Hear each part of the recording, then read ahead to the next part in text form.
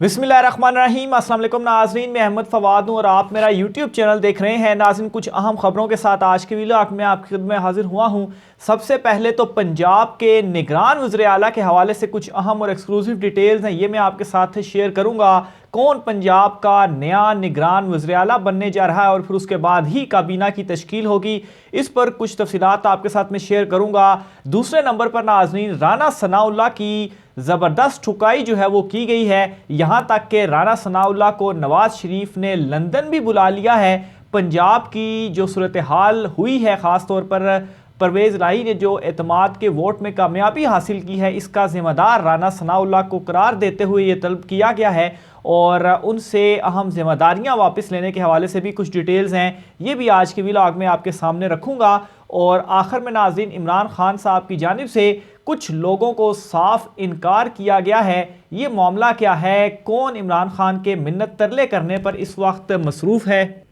इसके अलावा MQM की जानिब से बल्दियाती इलेक्शंस का बाइकआउट किया गया है और बज़ाहिर ये कहा जा रहा है कि MQM जो है वो हल्का बंदियों के हवाले से उनके तहफ़्ज़ात थे, लेकिन इलेक्शन कमीशन ने सारे का सारा जो इनकी दरख्वास्त थी वो मुस्तरद की। लेकिन असल में मसला ये नहीं है, MQM ने इस वजह से बल्दियाती इलेक्शंस का बाइकआउट नहीं किया। इसके पीछे रीज़न क्या है वो भी आपके सामने रखूँगा। सबसे पहले नाज़रीन, निगरान वज़ीर आला के हवाले से कुछ डिटेल्स हैं, वो मैं आपके सामने रखता चलूँ तो इस वक्त 5 नाम निगरान वज़ीर आला के हवाले से सामने आ चुके हैं और इन 5 नामों में पाकिस्तान तहरीक इंसाफ की तरफ से 3, जबकि मुस्लिम लीग नून की तरफ से 2 नाम जो है वो सामने आए हैं। सबसे पहले डॉक्टर सलमान शाह साहब जो हैं, पाकिस्तान तहरीक इंसाफ की तरफ से नंबर 1 पर ये नाम है। दूसरे नंबर पर परवेज़ हसन साहब, जबकि तीसरे नंबर पर शुएब सिडल जो हैं। ये 3 नाम पाकिस्तान तहरीक इंसाफ की तरफ से सामने आए हैं। नून लीग की तरफ से 2 नाम, जिनमें आज़म सलमान और नासिर खोसा जो हैं, ये नाम उनकी तरफ से सामने आए हैं। और इस वक्त जो मोस्ट फेवरेट नाम दिया जा रहा है वो आज़म सलमान का दिया जा रहा है। और नून लीग की तरफ से जो 2 नाम दिए गए इनके हवाले से ये भी डिटेल्स जो हैं वो सामने आई हैं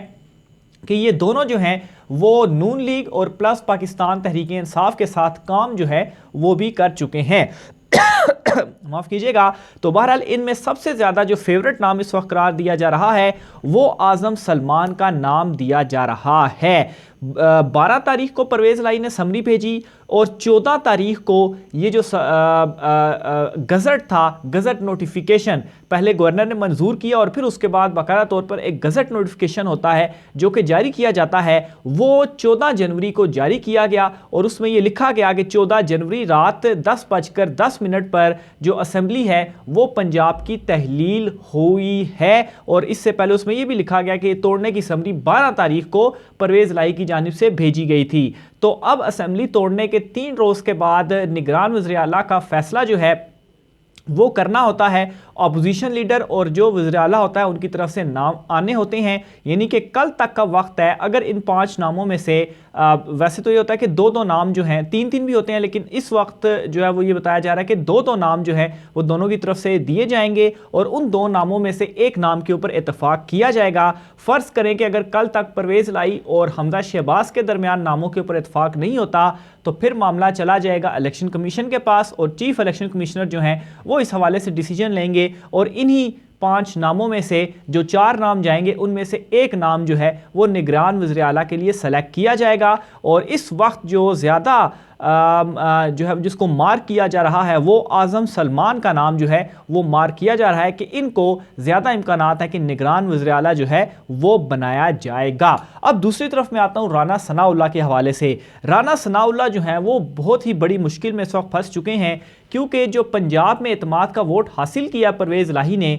ये सारी की सारी जिम्मेदारी राना सनाउल्लाह और अता तारड़, ये 2 जो लोग थे वो फ्रंट फुट पर थे और सारी की सारी जिम्मेदारी इस हवाले से इन दोनों को दी गई थी। इसके अलावा एक और तीसरा रहनुमा भी है, लेकिन मेन जो थे इसमें वो 2 ही थे, एक राना सनाउल्लाह और एक अता तारड़। अच्छा, इन दोनों को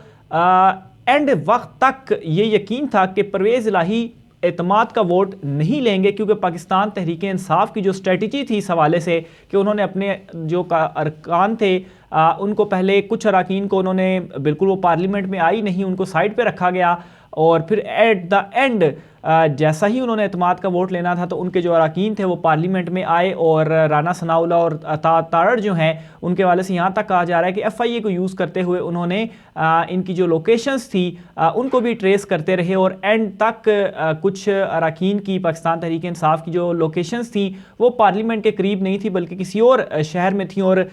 लास्ट आवर में जब उस शहर से या उस इलाके से ये पार्लियामेंट में आए तो उस लास्ट आवर में उनके हाथ में कुछ भी नहीं रहा कि वो कोई जो एक्शन है वो इस हवाले से लें। तो इस तरीके से राना सनाउल्लाह और अता तारड़ को शिकस्त हुई। लेकिन नाज़रीन, इस सारे मामले के ऊपर नवाज शरीफ जो हैं वो बहुत ही ज़्यादा बरहम हैं, काफ़ी ज़्यादा उनकी जानिब से इस हवाले से बात भी राना सनाउल्लाह के ऊपर उठाई गई कि ये आपने पंजाब में जो है वो क्या किया है। अब इसके ऊपर रिप्लाई करते हुए राना सनाउल्लाह ने भी उस वक्त गुस्से का इजहार किया और इनडायरेक्टली बल्कि लाइव शो में ही उन्होंने ये कहा कि नवाज शरीफ साहब आपको वापस आना पड़ेगा, नहीं तो पार्टी जो है वो इस तरह से नहीं चलेगी। तो ये था तो ज़रा लाइटर मोड में, लेकिन इसको एज्यूम उसी सेंस में किया जा रहा है कि ये उसके बाद चूंकि जवाब सामने आया और जाहिर सी बात है नवाज शरीफ ने तो वापस आना नहीं, और नवाज शरीफ ने इस पर भी बरहमी का इजहार किया कि पंजाब में हालात बदलते ही यानी कि अपनी हुकूमत लाते ही उनकी ये प्लानिंग थी कि उन्होंने पाकिस्तान वापस आना है। लेकिन चूंकि परवेज़ लाई ने एतमाद का वोट हासिल कर लिया और साथ अब क्या हुआ कि अब इलेक्शन होने जा रहे हैं तो अब नवाज शरीफ की वापसी जो है वो भी डिले हो गई है और सारे का सारा मलबा इस वक्त डाला जा रहा है अता तारड़ और ज़्यादा जो है वो राना सनाउल्लाह के ऊपर कि ये पंजाब में आपने क्या कर दिया है। और इस हवाले से राना सनाउल्लाह को नवाज शरीफ ने लंदन में तलब भी किया है और राना सनाउल्लाह जो हैं वो लंदन जा रहे हैं और वहाँ पर मरियम नवाज़ और नवाज शरीफ जो हैं जो ऑलरेडी सारे मामले के ऊपर बरहम हो चुके हैं राना पर, वहाँ पर भी इनसे क्वेश्चनिंग होगी कि ये आखिर आपने वहाँ पर क्या किया है। और इस हवाले से भी इस वक्त जो दावे हैं, जो इम्कानात हैं वो जाहिर किए जा रहे हैं कि नेक्स्ट जो है वो इस तरह की कोई रिस्पॉन्सिबिलिटी राना सनाउल्लाह को नहीं दी जाएगी, क्योंकि ये बड़ी अहम रिस्पॉन्सिबिलिटी थी जो कि उनको दी गई। और इस रिस्पॉन्सिबिलिटी में जो अहम नाम थे ख़ास तौर पर पंजाब में, जिनमें साद रफ़ीक हो गए, शाहिद खाकान अब्बासी हो गए, उनको बिल्कुल ही इस तमाम तर प्रोसेस से जो है वो ना उनका कोई बयान आया और ना ही वो वहाँ पर मौजूद थे, वो बिल्कुल ही साइड लाइन पर थे। तो ये जो अहम जिम्मेदारी दी गई थी राना सनाउल्लाह को, तो वो इस सारे मामले में इस वक्त बहुत ज़्यादा फंस चुके हैं। अता तारड़ जो हैं उनके हवाले से भी कुछ डिटेल सामने आ रही हैं कि उन्होंने भी उस तरह से राब्ते अपने MPs से जो है वो अपने MPs से भी और वैसे भी उस तरह से राब्ते में वो नहीं रह पाए। जस्ट उन्होंने ये काम किया कि राना सनाउल्लाह के अंडर जो FIA है उसके थ्रू जो है वो कुछ चीज़ों को कंट्रोल करने की कोशिश करते रहे, लेकिन उसमें भी उनको बड़ी नाकामी का जो सामना है वो करना पड़ा। तो ये नाज़रीन इस वक्त नून लीग के जो अंदर की सिचुएशन है वो इस वक्त चल रही है। आखिर में नाज़रीन MQM के बाइकाट के हवाले से भी कुछ डिटेल्स मैं आपके साथ शेयर करना चाहता हूँ। MQM ने कल रात को ये ऐलान किया, अव्वल तो उनकी तरफ से इवन कि उनकी पार्टी के अंदर से भी ये आवाज़ उठ रही थी और अक्सरियत थी कि आप हुकूमती इत्तेहाद को छोड़ दें, लेकिन खालिद मकबूल सिद्दीकी ने जो कल ऐलान किया उस ऐलान में उन्होंने कराची और हैदराबाद के इलेक्शन से बाइकाट का ऐलान किया, लेकिन हुकूमत को वो नहीं छोड़ रहे। और कल भी मैंने अपने व्लॉग में आपको बताया था कि बिल्कुल रेडी है MQM हुकूमत छोड़ने के लिए, अनलेस के कोई ऐसी एल्फी जो है वो जो कि अभी तक इनको जोड़े हुए है वो दोबारा से ना डाल दी जाए, जिसकी वजह से MQM जो है वो इकट्ठी हुकूमती इत्तेहाद से अलहदा ना हो। लेकिन खैर MQM अलहदा होती है या नहीं होती, नून लीग के कुछ अरकान वैसे ही राब्ते में हैं और जो एतमाद का वोट का मामला है उसमें वैसे भी उनके पास जो नंबर गेम है वो पूरी नहीं होगी। तो बहरहाल इस मामले के ऊपर MQM ने एक जो उनके पास अपनी साख बहाल करने का एक मौका भी था कि वो हुकूमती इत्तेहाद से अलहदा हो जाएं और बल्दियाती इलेक्शन का अगर वो हिस्सा बनते हैं तो कुछ ना कुछ जो है वो अचीव कर लेते, लेकिन उन्होंने बाइकाट का ऐलान कर दिया और इत्तेहाद से जो है वो अलहदा नहीं हुए। इस हवाले से अली जैदी की जानिब से ये दावा सामने आया है कि क्योंकि MQM के पास इतने उम्मीदवार ही नहीं थे कि वो बल्दियाती इलेक्शन में खड़े करते, और वाकई जो बल्दियाती इलेक्शन होते हैं